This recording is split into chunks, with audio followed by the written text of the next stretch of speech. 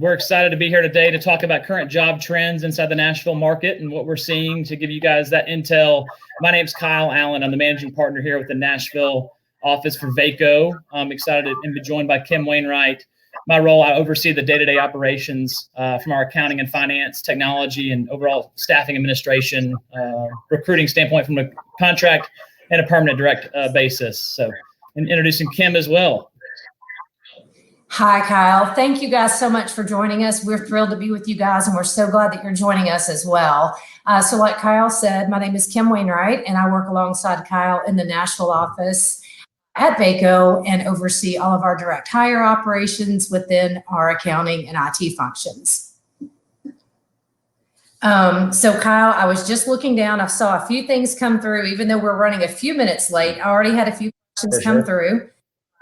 The first topic that popped up, as I expected, is what are you seeing companies doing right now within the Nashville market from a hiring perspective?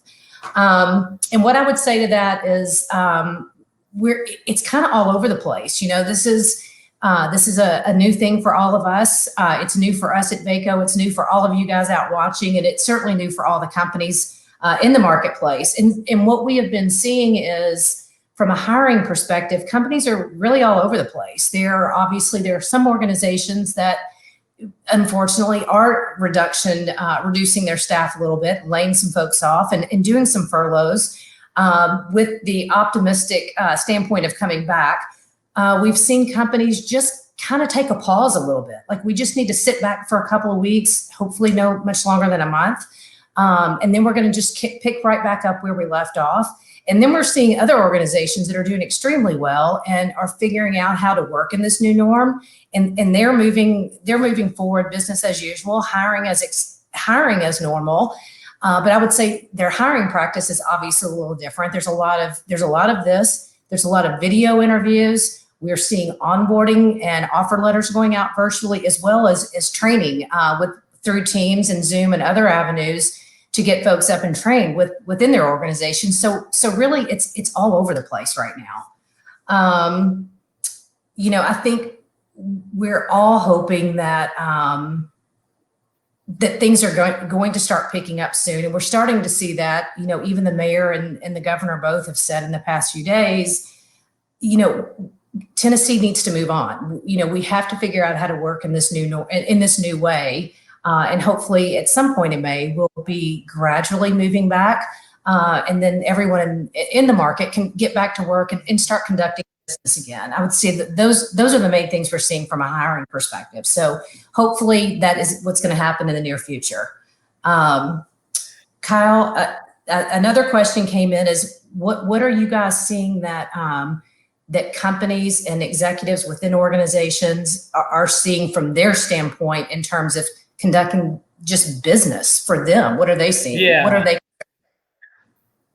Yeah, I mean, I think a lot of some CFOs we're talking with and just overall executives are really, really concerned with cash flow, making sure obviously they're managing their payables.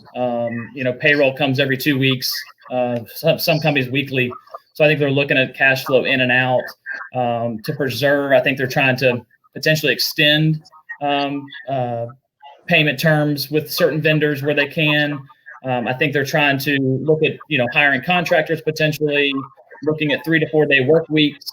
And then I've even seen a lot of executives kind of rolling in, doing salary deferrals, salary reduction.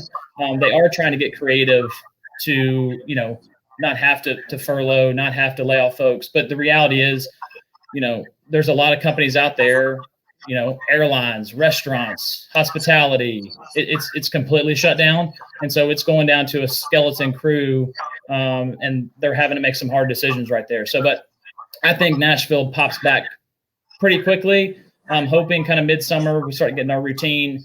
Tourism pops back, starting to slowly, but it's, you know, they're definitely doing all they can to kind of manage that. One that came in on our end. So the second, we got this one twice on just how are companies handling being remote? And do you see this kind of changing the game from a remote standpoint? And it's really interesting from a technology perspective. They've already really adopted this remote workforce. Some companies more than others. And I think the companies that haven't adopted it are now eyes wide open, being like, oh my gosh, we gotta adjust quickly.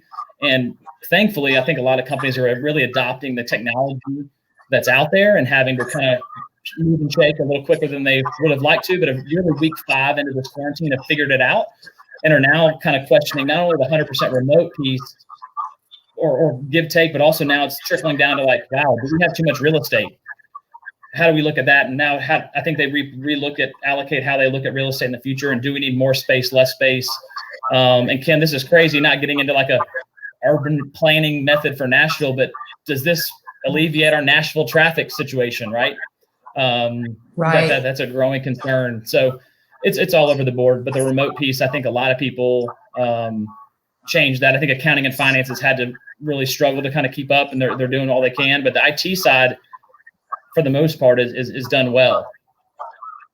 Right. And, and I would add to that, I think as companies and executives are looking at, how do we embrace this new norm and this new remote? And I think we've seen it at Vaco ourselves.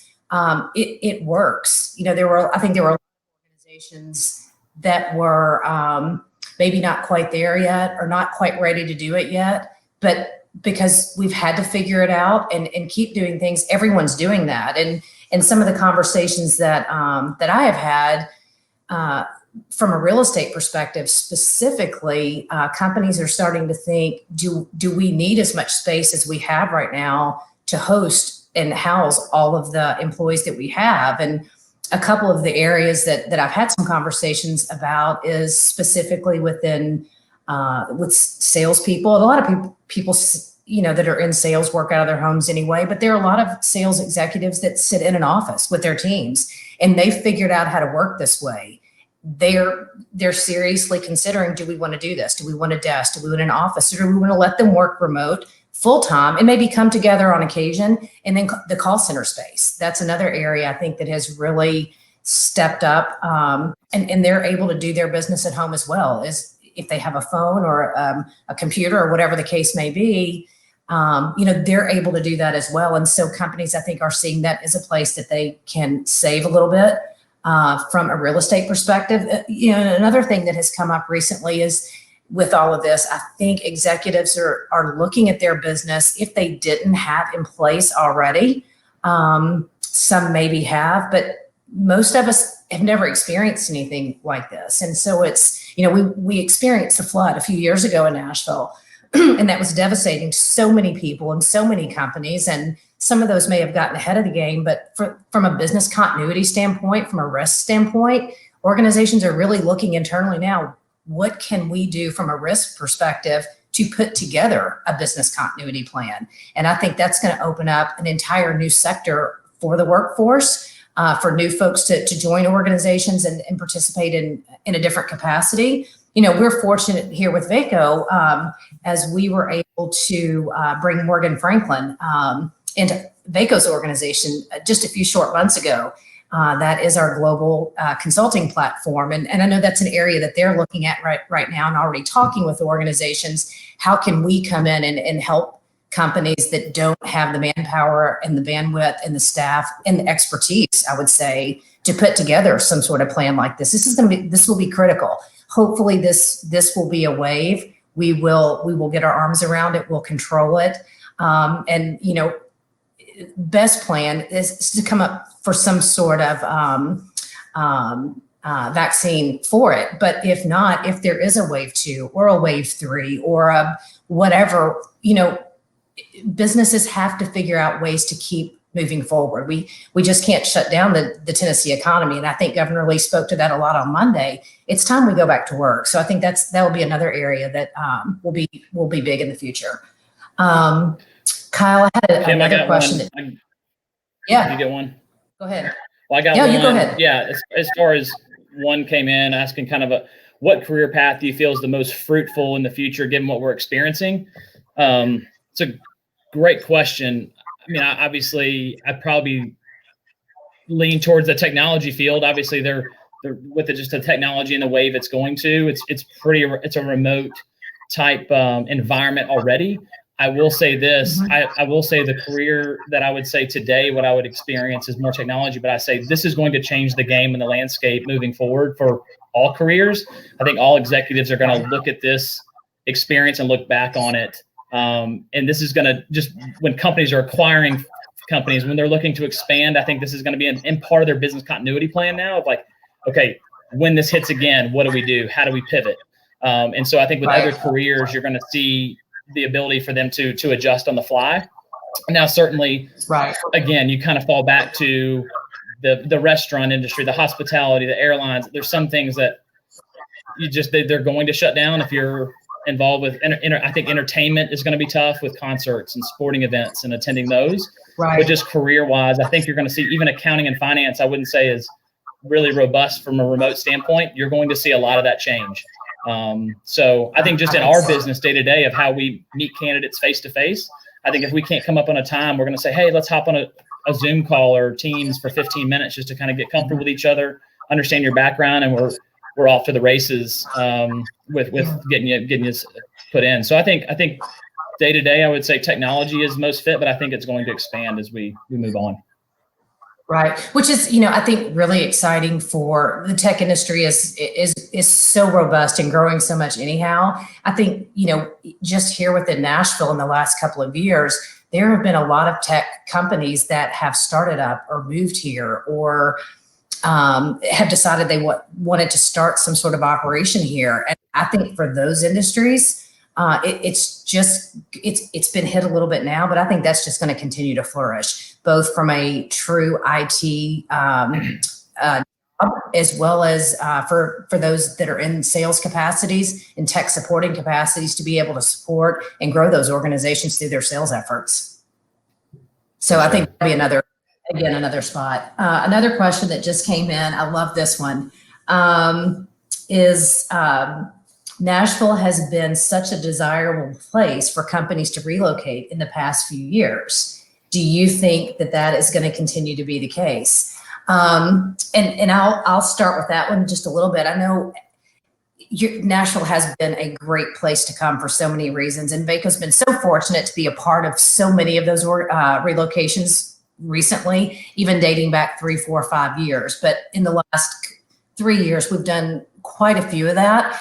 And in talking with those organizations from the onset, when they were meeting with, different business leaders in the chamber and looking to move to Nashville, we were fortunate enough to be a part of some of those conversations just in selecting the city, as well as once the selection was made and the companies decided to move here, we were able to work with them in putting together a plan to hire, 80, 90, 120 people, and then execute on the staffing for that as well, which was so much fun and such a great thing to be a part of. And what I would say is, as we were talking through with those organizations, when they were looking to select Nashville on the onset, the things that have made Nashville so fantastic, the people, the culture, the schools, the communities, our tax strategy, our tax plan, all of that's the same. None of that's changed.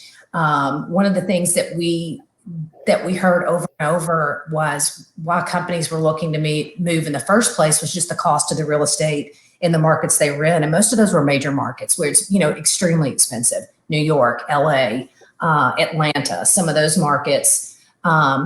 So I think within Nashville, the real estate is going to stay sort of where it is. That's at least what we're hearing and we're anticipating. And so I think all of those things coupled together and just the quality of life that people can have here, we'll continue to see that probably even more, I would think, than we were even before the COVID crisis. So I'm very excited about that.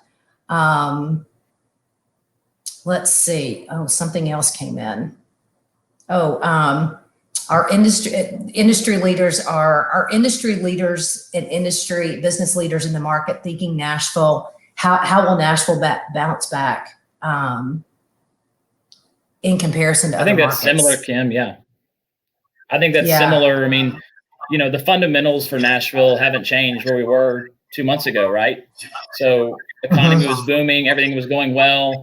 we're now in a quick recession, but it wasn't a steep dive. We all jumped off a cliff. And so I think us coming back, I will say the big unknown is everybody's like, well, when's it going to be? When's it going to happen? When are we back to work? I think it's a slow back to work. I think the habits of all of us on this Facebook Live right now and everybody around the country is going to dictate when everything is fully going. But how many people are going to run back to restaurants and elective surgeries and that kind of thing, I think is the hesitation. So that pushes it in deep into summer. But I think we start to slowly see a big uptick. We get some more positive sentiment in the market.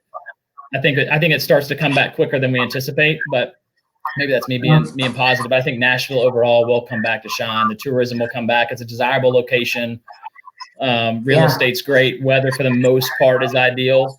Not a ton of snow. Always positive. Or like yesterday, we had sun and rain and snow. We had all the seasons one day yesterday, right? It snowed. That's right. One day. That is crazy for late April, mid-April. I was on a call with someone about just this topic yesterday. And there were 3 or 4 mid-markets that were talked about in that call, and Nashville being one of those. The expectation is that we are in one of those markets that will come back much quicker than a lot. So I'm so excited about that. Yeah. Well, I just think we have a lot going for it. I think the drivers of the Amazons and Alliance Bernstein is still pushing through hiring and moving roles down here. I mean, I think those guys and the bigger companies we're still doing relocation meetings with companies that they see the fundamentals to be sound. They see it a great place to live. The schools are really desirable. A ton of upside. There's just a lot of good vibe going in Nashville, and that'll continue. It'll come back. It's not going to leave. I think we come back even bigger and better. Right. And that's the one thing, we're getting a little off topic, but when I talk with these companies that are moving here and relocating here, and we're hosting their staffs in other markets to come and look at the real estate and get a flavor for the city, everyone says the same. I come here and I never want to leave. Like, we want to live there. Yeah. So it's still going to be a desirable place to live. Now, with that, I would anticipate and have had some conversations with folks. Nashville, because it has been such a great place to move and for companies to come to, there's been a little labor shortage, right? Are there enough people to do the jobs that are coming here? And that was a struggle with us. When we were doing some of these relocations, to look for 80 staff accountants or 80 senior accountants, we were looking outside of the market. I do think we'll continue to see people want to move here once people are comfortable about safe to pack and leave and move. And there still is a little bit of uncertainty, but I do think as we're sitting in this environment that we're in now, people are companies and employers are going to be able to reach out to talent outside of the market and have them join their organizations and work a little remote in Teams in or Zoom in. So they don't necessarily have to move tomorrow. They can move in a month or 2 weeks or whatever makes the most sense for them. Or if they've got kids in school and they can't quite pick up and leave yet, they can still move forward with the hire and then move when you can, which will be fantastic. Absolutely. Another question. I got this one, Kim. What are some of the best innovations you've seen from companies and candidates who suddenly dealing with the virtual hiring process and person connections have been the norm until now? Well, I mean, I think as far as innovations, Kim, you can probably talk to that too, some more so on the direct hire side. But I will say, right. I think the days of phone interviews are, in my opinion, not gone, but this is just so much more effective. It's so much more interactive. It is. It's easy to kind of pop up, do a quick 15-minute phone call and down. There's no traffic. There's no commute. You can get a feel for the person across the other way, their personality. They can get a feel for you. And then also you can articulate yourself pretty well on kind of the skill set. So I think the biggest change has just been, I think people are just hesitant to get in front of a camera and talk because they just don't like looking at themselves. Reality. Nobody likes to hear yourself speak. Like I think this. the past right. And I think the last 5 weeks has really taken those barriers down for people, and it's become normal just to have a quick Zoom call with somebody that you did. FaceTime's the same way, right? And so I think that's the biggest trend. I agree. So that's it. Yeah. I was actually a part. I was just going to share this. I'm working with a client now in case this is helpful to anyone out there. They were moving into a final round of interviews this week, and normally that final round of interviews is they bring the candidate in, meet the entire team, they go to lunch or maybe go to breakfast, and obviously that couldn't happen. But what they did, we did set up a Zoom meeting, and I set it up. I was able to attend. And they told the candidate prior to coming to, this was a coffee, prior to coming to the coffee meeting with the rest of the team, to be sure and bring a coffee and some sort of muffin or whatever you normally eat for breakfast. And they sat around on a Zoom chat and drank coffee and had a conversation. And it was a lot. It was so fun to be a part of. And it was really a lot of fun to watch. But, that was a little bit of my concern is, even though you're doing this, are you really going to get a flavor for the team and the culture and the people? And, it started out as a normal interview. And by the end of the time, people were telling stories and talking about what they did in college. It was so much fun. So to your point, I do think that is going to be the new norm. And I think it'll be much more efficient. Yeah. And I think kind of with that, this is kind of offshooting the hiring process, but I think, everybody's always concerned about, T&E and trying to get the expenses down overall the company. I think you're going to see more organizations use this for internal meetings. I do. There's something to be said for sitting side by side with each other, but I think companies are really going to look at, hey, can we just do a quick Zoom? Can all 10 of us do that, or a Teams or whatever it may be? You're using the platform to utilize that. So I think that kind of segues into another question I got. What are some of the bright spots that may last beyond the pandemic? I think the technology, again, the piece, I think people are able to, I think they're going to become more efficient in driving process, driving change, being more, they're going to, believe it or not, be more collaborative. I think being able to be accessible with this, being comfortable with that.